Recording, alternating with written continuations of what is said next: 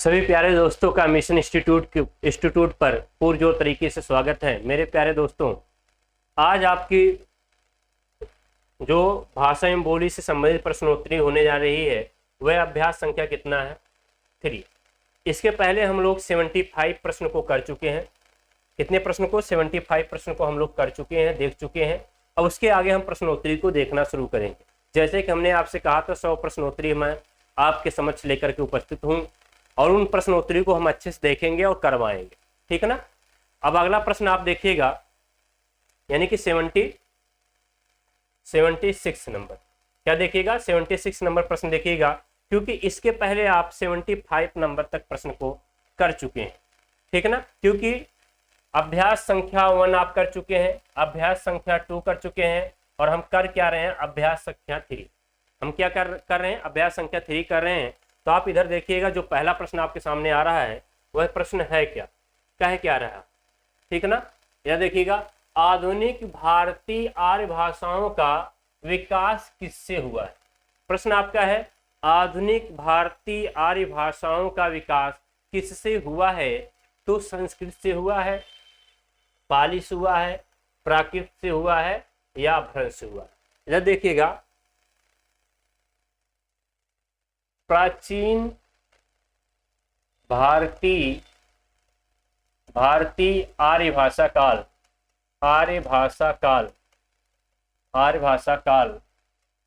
इसका समय था 1500 ईसा पूर्व से 500 ईसा पूर्व से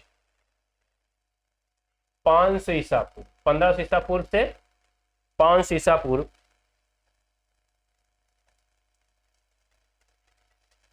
थोड़ा यहां देखिएगा, प्राचीन भारतीय आर्य भाषा काल, प्राचीन भारतीय आर्य भाषा काल, इसका समय क्या था? प्राचीन भारतीय आर्य भाषा काल का समय क्या था? 1500 ईसा पूर्व से 500 ईसा पूर्व था, ठीक ना। उसके बाद आपका आता है मध्यकालीन आर्य भाषा काल। मध्यकालीन आर्य भाषा काल, इसका जो समय था वह 500 ईसा पूर्व से आपका 1000 ईस्वी था। क्या था? 1000 ईस्वी था। उसके बाद आपका आता है आधुनिक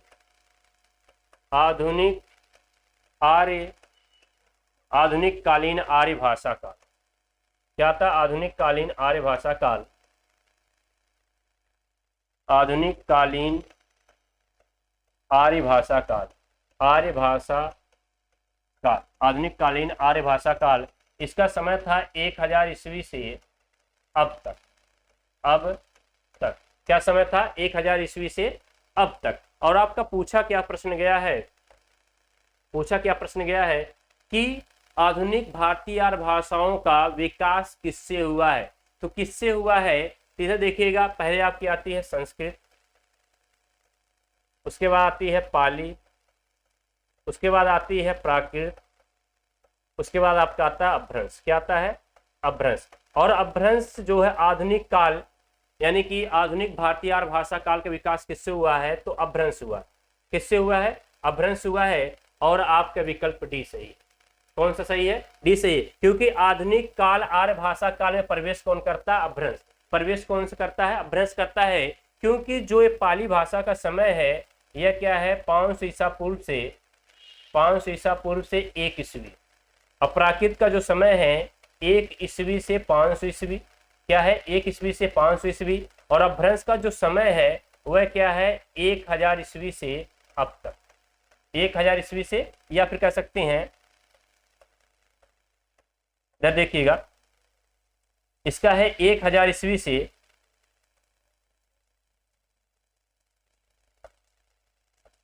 इसका जो है 1000 नहीं, 500 ईस्वी से 1000 ईस्वी। क्या है? 500 ईस्वी से 1000 ईस्वी। यानी कि इधर देखिएगा, प्राचीन भारतीय आर्य भाषा काल का समय था 1500 ईसा पूर्व से 500 ईसा पूर्व।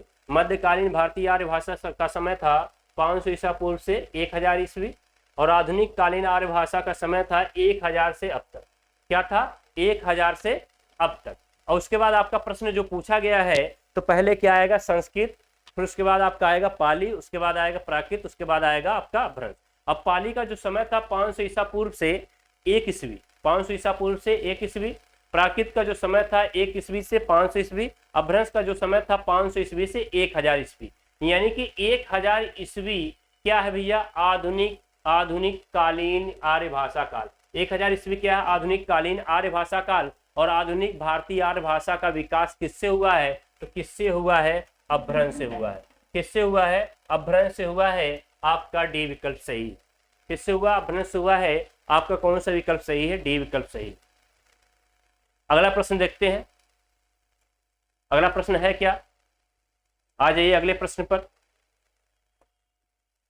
आधुनिक भारतीय आर्य भाषा का काल कब से कब तक था? अभी इसके पहले हमने बताया है आधुनिक भारतीय आर्य भाषा का काल कब से कब था। हमने बताया है 1500 ईसा पूर्व से 500 ईसा पूर्व प्राचीन का था, और मध्य का जो था 500 ईसा पूर्व से 1000 ईस्वी था, और आधुनिक का जो समय था 1000 ईस्वी से अब तक था। क्या था? 1000 ईस्वी से अब तक था, यानी कि आपका सी विकल्प सही है। अगला प्रश्न देखते हैं। अगला प्रश्न है मथुरा आगरा धौलपुर ग्वालियर आदि क्षेत्र में कौन सी बोली बोली जाती है? ठीक ना? मथुरा आगरा धौलपुर ग्वालियर आदि क्षेत्र में कौन सी बोली बोली जाती है? तो बांगरू बोली जाती है, खड़ी बोली बोली जाती है, ब्रज भाषा बोली जाती है, अवधी बोली जाती है। कमेंट करिएगा कौन सी बोली बोली जाती है। तो मथुरा आगरा धौलपुर ग्वालियर में ब्रज बोली जाती है। कौन सी बोली जाती है? ब्रज बोली बोली जाती है। यानी कि मथुरा आगरा धौलपुर अलीगढ़ एटा मैनपुरी ग्वालियर और आपका बरेली कौन सी बोली बोली जाती है? ब्रज बोली बोली जाती है। ठीक ना? उसके बाद खड़ी कहाँ कहाँ बोली जाती है? जैसे सहारनपुर हो गया, रामपुर हो गया, मुरादाबाद हो गया, बिजनौर हो गया, पटियाला हो गया, अंबाला हो गया। ठीक है ना? दिल्ली का शहरी क्षेत्र हो गया, देहरादून का मैदानी क्षेत्र हो गया, वहाँ खड़ी बोली बोली जाती है। अवधी कहाँ कहाँ बोली जाती है? जैसे आपका इलाहाबाद हो गया, प्रतापगढ़ हो गया, सुल्तानपुर हो गया, फैजाबाद हो गया, गोंडा बहराइच बस्ती हो गया। बस्ती का इधर जो सटा हुआ भाग, क्योंकि बस्ती में भोजपुरी बोली जाती है, तो इधर जो है भाग जो गोंडा बहराइच से सटा हुआ भाग है। फिर उसके बाद आपका बाराबंकी हो गया, अवधी बोली जाती है। रायबरेली हो गया, अवधी बोली जाती है। लखनऊ अवधी बोली जाती है। ठीक है ना? उसके बाद आपका लखनऊ अवधी बोली जाती है, उन्नाव अवधी बोली जाती है, सीतापुर अवधी बोली जाती है, लखीमपुर खीरी अवधी बोली जाती है। तो यानी कि आपका सी विकल्प आपका सही है। अगला प्रश्न देखिएगा 79 क्या है? दिए गए विकल्पों में से द्रविड़ परिवार की भाषा कौन सी है? दिए गए विकल्पों में से द्रविड़ परिवार की भाषा बताना है। असमिया द्रविड़ परिवार की भाषा है, उड़िया है, कन्नड़ है, बंगला है। द्रविड़ परिवार की भाषा कौन सी है? कमेंट करिएगा, कमेंट करिएगा द्रविड़ परिवार की भाषा कौन सी है। तो द्रविड़ परिवार की भाषा कौन सी? कन्नड़ आपकी द्रविड़ परिवार की भाषा। कन्नड़ क्या है? आपकी द्रविड़ परिवार की भाषा है। अगला प्रश्न देखते हैं। अगला प्रश्न है क्या? अगला प्रश्न है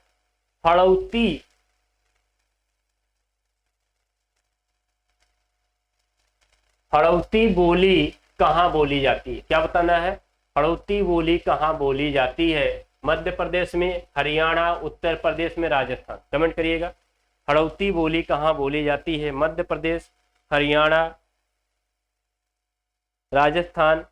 कहाँ बोली जाती है? हड़ौती कहाँ बोली जाती है? राजस्थान में बोली जाती है। कहाँ बोली जाती है? राजस्थान में बोली जाती है। प्रश्न संख्या 80 में आपका डी विकल्प सही। अगला प्रश्न देखते हैं। अगला प्रश्न है पुरानी हिंदी उर्दू और अंग्रेजी के मिश्रण से उत्पन्न नई जनाब कौन सी है? यानी कि नई भाषा कौन सी तीनों के मिश्रण से बनती है? कौन सी बनती है? परिचम भाषा बनती है, साहित्यिक भाषा बनती है, मानक भाषा बनती है, या हिंदुस्तानी भाषा बनती है? तो तीनों के मिश्रण से कौन सी भाषा बनती है? कौन सी भाषा बनती है? हिंदुस्तानी भाषा बनती है। कौन सी भाषा बनती है? हिंदुस्तानी भाषा बनती है। और हिंदुस्तान में अंग्रेजी, उर्दू और पुरानी हिंदी भी प्रयोग की जाती है, पुरानी हिंदी भी प्रयोग की जाती है। अगला प्रश्न देखते हैं। अगला प्रश्न है, भाषा को बोलते समय होने वाले उतार चढ़ाव को क्या कहते हैं? भाषा को बोलते समय होने वाले उतार चढ़ाव को क्या कहा जाता है? क्या कहा जाता है? अवरोह कहा जाता है, आरोह कहा जाता है, अनुतान कहा जाता है, या संगम कहा जाता है? भाषा को बोलते समय होने वाले उतार चढ़ाव को क्या कहते हैं? ए विकल्प सही है, बी विकल्प सही है, सी विकल्प सही है कि डी विकल्प सही है? यानी कि भाषा को बोलते समय जो उतार चढ़ाव होता है उसे हम अनुतान कहते हैं। क्या कहते हैं? अनुतान कहते हैं। अनु प्लस तान से बना है, अनु प्लस तान से बना हुआ शब्द है, ठीक है ना। अनु का मतलब होता है उतार, क्या होता है? उतार, और तान का मतलब होता है चढ़ाव, क्या होता है? चढ़ाव। इसीलिए हम क्या कहते हैं? उतार चढ़ाव क्या कहते हैं? अनुतान कहते हैं। आपका सी विकल्प सही है। कौन सा विकल्प सही है? सी विकल्प आपका सही है। अगला प्रश्न देखिएगा। अगला प्रश्न है, रोमन लिपि का प्रयोग किस भाषा के लिए नहीं होता है? रोमन लिपि का प्रयोग किस भाषा के लिए नहीं किया जाता है या किस भाषा के लिए नहीं होता है? जर्मनी के लिए नहीं होता है, फ्रेंच के लिए नहीं होता है, कुलुई के लिए नहीं होता है, स्पेनिश के लिए नहीं होता है। तो जो रोमन भाषा का प्रयोग होता है किसके लिए नहीं होता? कुलुई के लिए नहीं होता है। बाकी आपके फ्रेंच के लिए जर्मन भाषा का प्रयोग होता है, जर्मन के लिए रोमन लिपि का जो प्रयोग होता है किसके लिए होता है? जर्मन भाषा के लिए रोमन लिपि का प्रयोग होता है, फ्रेंच के लिए रोमन लिपि का प्रयोग होता है, और स्पेनिश के लिए रोमन लिपि का प्रयोग होता है, और अंग्रेजी के लिए भी रोमन लिपि का प्रयोग होता है। किसके लिए? अंग्रेजी के लिए भी रोमन लिपि का प्रयोग होता है। आइए अगला प्रश्न देखते हैं। अगला प्रश्न है क्या? बांगरू यहां कर लीजिए, बांगरू करिएगा। बांगरू भाषा का ज्यादातर कौन से राज्य में बोली जाती है? यानी कि बांगरू भाषा जो होती है, बांगरू बोली जो होती है, किस राज्य में ज्यादातर बोली जाती है? किस राज्य में बोली जाती है? बिहार में, कर्नाटक में, हरियाणा में, तमिलनाडु। बांगरू भाषा ज्यादातर किस राज्य में बोली जाती है? या बांगरू बोली कहाँ ज्यादातर बोली जाती है? राजस्थान में, हरियाणा, कर्नाटक या बिहार में? तो कहाँ बोली जाती है? हरियाणा में बोली जाती है। कहाँ बोली जाती है? हरियाणा में। इधर देखिएगा, क्योंकि पश्चिमी हिंदी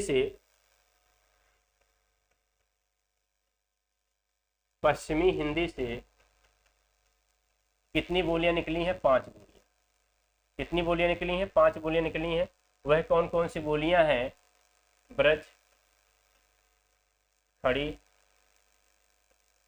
हरियाणवी, बुंदेली और आपका कन्नौजी।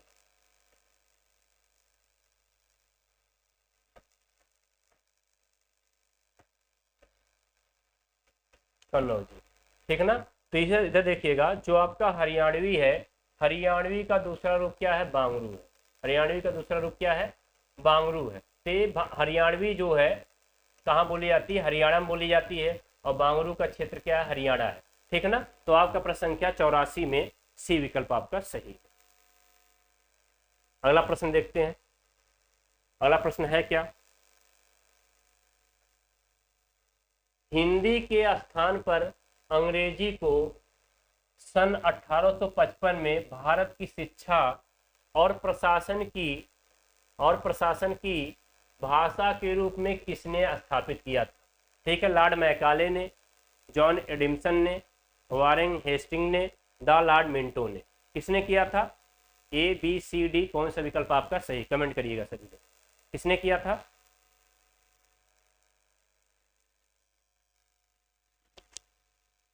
किसने किया था? कमेंट करिएगा, किसने किया था? लॉर्ड मैकाले ने किया था। किसने किया था? लॉर्ड मैकाले ने किया था। आपका ए विकल्प सही है। आइए अगला प्रश्न देखते हैं। अगला प्रश्न है, किस क्षेत्र की बोली को काशिका, क्या है? काशिका कहा जाता है। किस क्षेत्र की बोली को काशिका कहा जाता है? दिल्ली के, वाराणसी के, सूरत के, भीलवाड़ा के किस क्षेत्र की बोली को हम कासिका कहते हैं? आपका यूपीएसआई में आया हुआ प्रश्न है, किसमें है? यूपीएसआई किसमें है? यूपीएसआई में किस क्षेत्र की बोली कहते हैं? यानी वाराणसी। किसको कहते हैं? वाराणसी को कहते हैं। प्रश्न संख्या 86 में आपका बी विकल्प सही। अगला देखिएगा, सितंबर माह में 10वां यानी सितंबर मास में यानी माह में 10वां विश्व हिंदी सम्मेलन भारत के किस शहर में आयोजित किया गया था?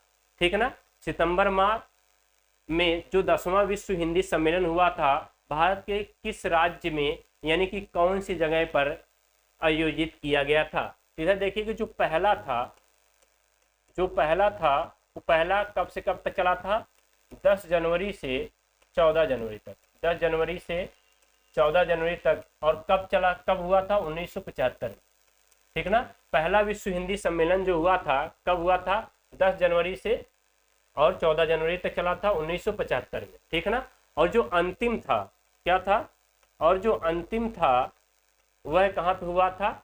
2021 में। कहाँ पे हुआ था? 2021 में फिजी में हुआ था। कहाँ पे हुआ था? फिजी में हुआ था। ठीक है ना, और 10वां पूछा गया, जो 10वां आपका हुआ था, जो 10वां आपका विश्व हिंदी सम्मेलन हुआ था वह 10वां कहाँ पे हुआ था? कहाँ पे हुआ था? भोपाल में हुआ था। कहाँ पे हुआ था? भोपाल में हुआ था। ठीक है ना, यानी कि आपका ए विकल्प आपका सही है। ए विकल्प आपका क्या है? सही है। ठीक है ना, आइए आगे बढ़ते हैं।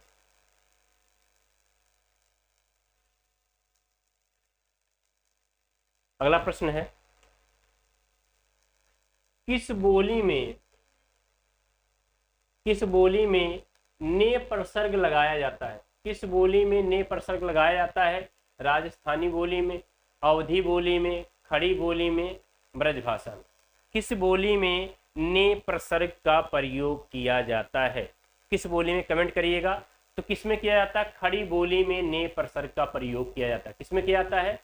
खड़ी बोली में ने प्रसर्ग का प्रयोग किया जाता है, और किसी में ने प्रसर्ग का प्रयोग नहीं किया जाता है। अगला प्रश्न देखिएगा। ठीक है, अगला प्रश्न है,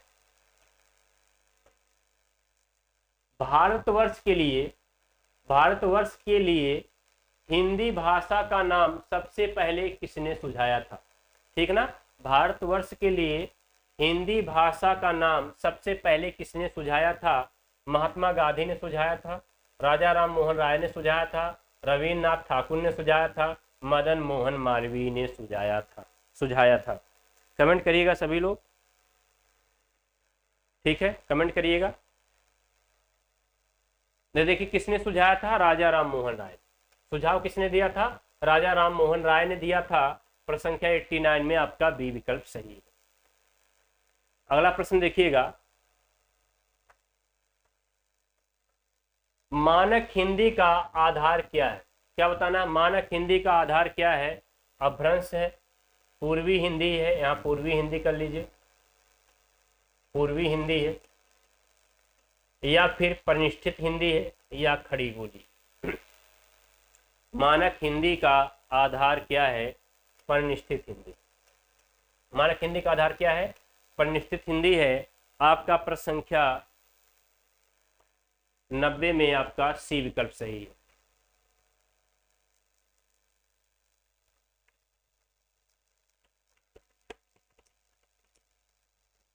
चलिए अगला प्रश्न देखिएगा। अगला प्रश्न है क्या?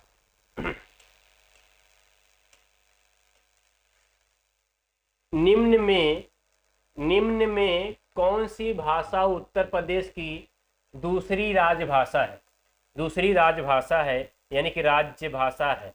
दूसरी राजभाषा कौन सी है जिसमें हम कार्यालय कार्य या कोई कार्य पत्र लेखन हम कर सकते हैं?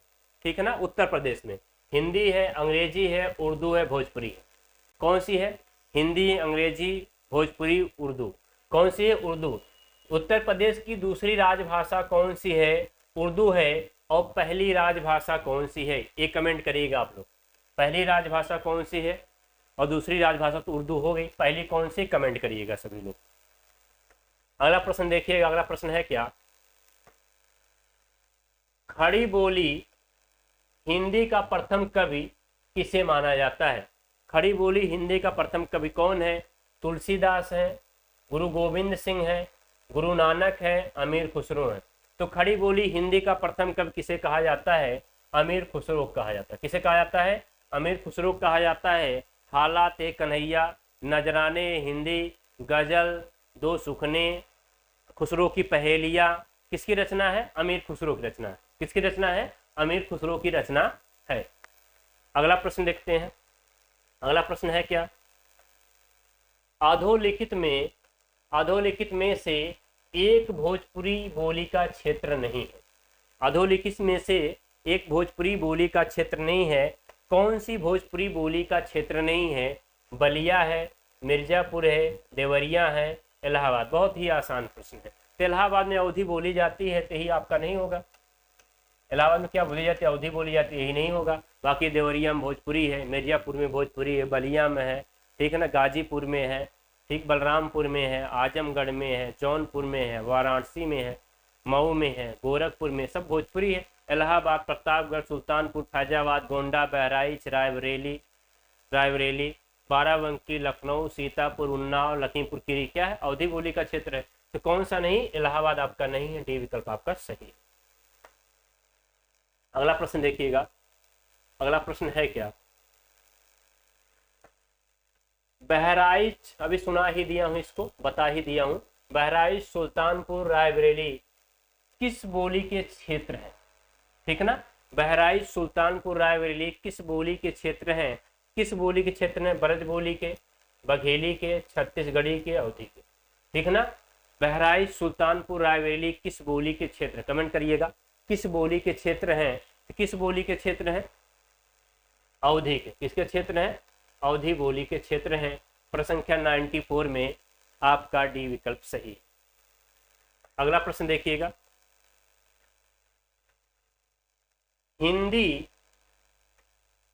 शब्द दिया हुआ है। हिंदी शब्द किसका दिया हुआ है? आर्यों का, ईरानियों का, यूनानियों का, तुर्कों का। किसका दिया हुआ है? हिंदी शब्द किसका दिया हुआ है? आर्यों का, ईरानियों का, यूनानियों का, तुर्कों का। किसका दिया हुआ है? कमेंट करिएगा।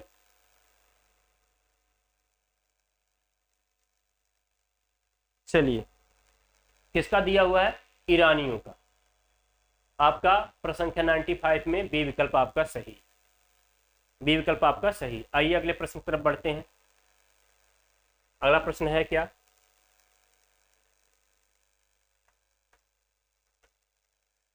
पंजाबी भाषा किस लिपि में लिखी जाती है? पंजाबी भाषा किस लिपि में लिखी जाती है? किस लिपि में लिखी जाती है?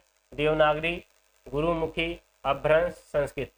क्योंकि अपभ्रंश कोई लिपि है ही नहीं, संस्कृत कोई लिपि है ही नहीं, संस्कृत भाषा है, तो बस दो ही बचा, दो ही में कमेंट आपको करना है। तो यानी कि देवनागरी लिपि में कौन कौन सी भाषा लिखी जाती है? हिंदी देवनागरी लिपि में लिखी जाती है।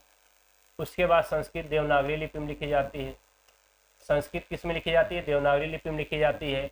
उसके बाद आपकी नेपाली देवनागरी लिपि में लिखी जाती है।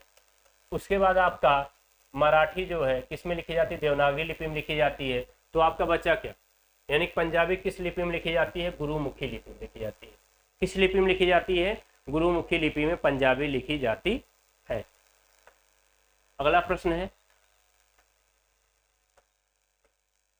खड़ी बोली का प्रथम महाकाव्य कौन सा था? खड़ी बोली का प्रथम महाकाव्य कौन सा था? साकेत है, नीरजा है, प्रिप्रवास है, कामायनी है। अब कामायनी किसकी रचना है? जयशंकर प्रसाद की रचना है। किसकी रचना है? जयशंकर प्रसाद की रचना है। और कब लिखी गई थी? 1935 में लिखी गई थी। कब लिखी गई थी? 1935 ईस्वी में लिखी गई थी। ठीक है। नीरजा महादेवी वर्मा की रचना है। महादेवी वर्मा की रचना है। किसकी है? महादेवी वर्मा की रचना है। साकेत 12 सर्ग का महाकाव्य है। साकेत क्या है? 12 सर्गों क्या है? महाकाव्य है। और यह मैथिली शरण गुप्त की रचना है। मैथिली शरण गुप्त की रचना किसकी है? मैथिली शरण गुप्त की रचना है। किसकी है? मैथिली शरण गुप्त की रचना है। ठीक है। उसके बाद प्री प्रवास किसकी रचना है? अयोध्या सिंह उपाध्याय हरिऔध, अयोध्या सिंह उपाध्याय हरिऔध किसकी है? हरिऔध की रचना है। अयोध्या सिंह उपाध्याय हरिऔध की रचना प्री प्रवास है। और पूछा गया है हिंदी खड़ी बोली का प्रथम महाकाव्य कौन सा है? हिंदी खड़ी बोली का प्रथम महाकाव्य कौन सा है? तो कौन सा होना चाहिए? प्री प्रवास होना चाहिए। क्या होना चाहिए? प्री प्रवास होना चाहिए। ध्यान से सुनिएगा, प्री प्रवास, वैदेही वनवास, चुभते चौबते, चोखे चौबते, रस कलश किसकी रचना है? अयोध्या सिंह उपाध्याय हरिऔध की। ठीक है ना। रंग में भंग, साकेत, जयद्रथ बद्ध, भारत भारती किसकी रचना है? मैथिली शरण गुप्त की रचना है। ठीक है। निर्जा, निहार, रसीम, यामा किसकी रचना है? महादेवी वर्मा की रचना है। और कामायनी किसकी रचना है? झरना, झरना, आंसू, लहर, कामायनी किसकी रचना है? जयशंकर प्रसाद की रचना है। तो 97 में आपका सी विकल्प सही है। आइए आगे बढ़ते हैं। अगला प्रश्न है बौद्ध धर्म से जुड़े हुए साहित्य की भाषा है, यानी बौद्ध धर्म की भाषा कौन सी थी? यानी कि जो बौद्ध धर्म में साहित्यिक रचना होती थी वह किस भाषा में होती थी? किस भाषा में होती थी? जो बौद्ध धर्म की साहित्यिक रचनाएं होती थी वह किस भाषा में होती थी? लौकिक भाषा में होती थी, लौकिक संस्कृत में, वैदिक संस्कृत में होती थी, इसे वैदिक संस्कृत कर लीजिएगा, वैदिक संस्कृत में। ठीक ना। लौकिक संस्कृत में होती थी, वैदिक संस्कृत में होती थी, प्राकृत में होती थी, पाली में। किस में होती थी? पाली में होती थी। ठीक ना। बौद्ध धर्म के जो साहित्यिक रचना होती थी किस भाषा में होती थी? पाली भाषा में होती थी। और बौद्ध धर्म ने अपने धर्म के प्रचार प्रसार के लिए पाली भाषा का प्रयोग किया था। किसका किया था? पाली भाषा का प्रयोग किया था। अगला प्रश्न देखिएगा। अगला प्रश्न है क्या? हरियाणवी बांगरू बोली किस अभ्रंश से विकसित हुई? क्या बताना है? किस अभ्रंश से विकसित हुई है? तो पश्चिमोत्तर सौरसेनी अभ्रंश से, नागर अभ्रंश से, अर्धमागधी अभ्रंश से, मागधी अभ्रंश। मागधी अभ्रंश से बिहारी हिंदी का विकास हुआ। किसका हुआ है? बिहारी हिंदी का। और अर्धमागधी से आपके पूर्वी हिंदी का विकास हुआ है। पूर्वी हिंदी का किसका हुआ है? पूर्वी हिंदी का। नागर कोई है ही नहीं। ठीक है ना। तो आपका बच्चा कौन? ए विकल्प आपका बच्चा। क्या बच्चा? ए विकल्प आपका बच्चा, क्योंकि सौरसेनी अभ्रंश से पश्चिमी हिंदी का विकास हुआ। किसका हुआ है? इधर देख लेते हैं। पश्चिमी हिंदी। ठीक है ना। यानी कि सौरसेनी अभ्रंश से पश्चिमी हिंदी, और पश्चिमी हिंदी से 5 बोलियां। कितनी बोलियां? 5 बोलियां। ब्रज, खड़ी, हरियाणवी, बुंदेली और कन्नौजी। क्या थी? और कन्नौजी थी। ठीक ना। प्रश्न आपका क्या था? प्रश्न आपका था हरियाणवी और बांगरू। हरियाणवी और बांगरू किस अभ्रंश से विकसित हुई है? किससे हुई है? हरियाणवी को हम क्या कहते हैं? बांगरू भी कहते हैं। क्या कहते हैं? हरियाणवी को बांगरू भी कहा जाता है। तो किससे विकसित हुई है? किससे? पश्चिमी हिंदी से। और पश्चिमी हिंदी किससे विकसित हुई है? सौरसेनी अभ्रंश से। तो आपका ए विकल्प सही है। यानी प्रश्न संख्या 99 में कौन सा विकल्प आपका सही है? ए विकल्प आपका सही है। कौन सा विकल्प सही है? ए विकल्प आपका सही है। आइए आगे चलते हैं। अगला प्रश्न देखिए। अगला प्रश्न है क्या? बहुत ही मजेदार प्रश्न है। हिंदी का पाणिनि किसे कहा जाता है? यानी कि हिंदी का पाणिनि किसे कहा जाता है? कमेंट करिएगा। हिंदी का पाणिनि किसे कहा जाता है? किसे कहा जाता है? भोलानाथ तिवारी को कहा जाता है, कामता प्रसाद गुरु को कहा जाता है, रामचंद्र शुक्ल को कहा जाता है, किशोरी दास वाजपेयी को कहा जाता है। हिंदी का पाणिनि किसे कहा जाता है? आचार्य रामचंद्र शुक्ल का एक साहित्यिक रचना सा इतिहास ग्रंथ है हिंदी साहित्य का इतिहास। हिंदी शुक्ल जी का जो इतिहास ग्रंथ है वह कौन सा है? हिंदी साहित्य का इतिहास। हिंदी साहित्य का इतिहास क्या है? हिंदी साहित्य का इतिहास। बहुत ही अच्छा ग्रंथ है। और ये कब लिखा गया? 1929 में लिखा गया। ठीक है ना। उसके बाद आपको पूछा गया हिंदी का पाणिनि क्या बताना है? हिंदी का पाणिनि बताना है। हिंदी का पाणिनि कौन है? तो कौन थे? किशोरी दास वाजपेयी जो हिंदी के पाणिनि थे। कौन थे? किशोरी दास वाजपेयी हिंदी के पाणिनि थे। अगर आपसे पूछा जाए हिंदी व्याकरण का पाणिनि कौन है, हिंदी व्याकरण का पाणिनि कौन है, हिंदी व्याकरण का पाणिनि पूछा जाता है, हिंदी व्याकरण के पाणिनि कौन है? कामता प्रसाद गुरु, कामता प्रसाद गुरु। ध्यान से बात को समझिएगा, दोनों में अंतर है, क्योंकि यहाँ हिंदी का पाणिनि पूछा गया है। हिंदी का पाणिनि कौन है? किशोरी दास वाजपेयी। लेकिन हिंदी व्याकरण का पाणिनि कौन है? कामता प्रसाद गुरु जी हैं। हिंदी व्याकरण के पाणिनि कौन है? कामता प्रसाद गुरु जी हैं। हिंदी के पाणिनि कौन है? किशोरी दास वाजपेयी जी हैं। कौन है? अब भोलानाथ तिवारी बहुत बड़े भाषा वैज्ञानिक हुए हैं। इन्होंने अपभ्रंश के कितने भेद बताए थे? 7 भेद। इन्होंने अपभ्रंश कितने भेद बताए थे? 7 भेद। मेरे प्यारे दोस्तों, जैसे कि हमने आपसे वादा किया था कि हम 100 प्रश्नोत्तरी आपको करवाएंगे, और आज वो वादा हमारा पूर्ण हुआ, और हमारी आपकी जो अगली प्रश्नोत्तरी होगी वो वर्ण विचार पे होने वाली है। किस पे होने वाली है? वर्ण विचार पे होने वाली है। आज की क्लास यहीं तक रखते हैं मेरे विद्वान साथियों। जहाँ रहिएगा मस्त रहिएगा, हंसते रहिएगा, मुस्कुराते रहिएगा। धन्यवाद। Thank you class. जय हिंद।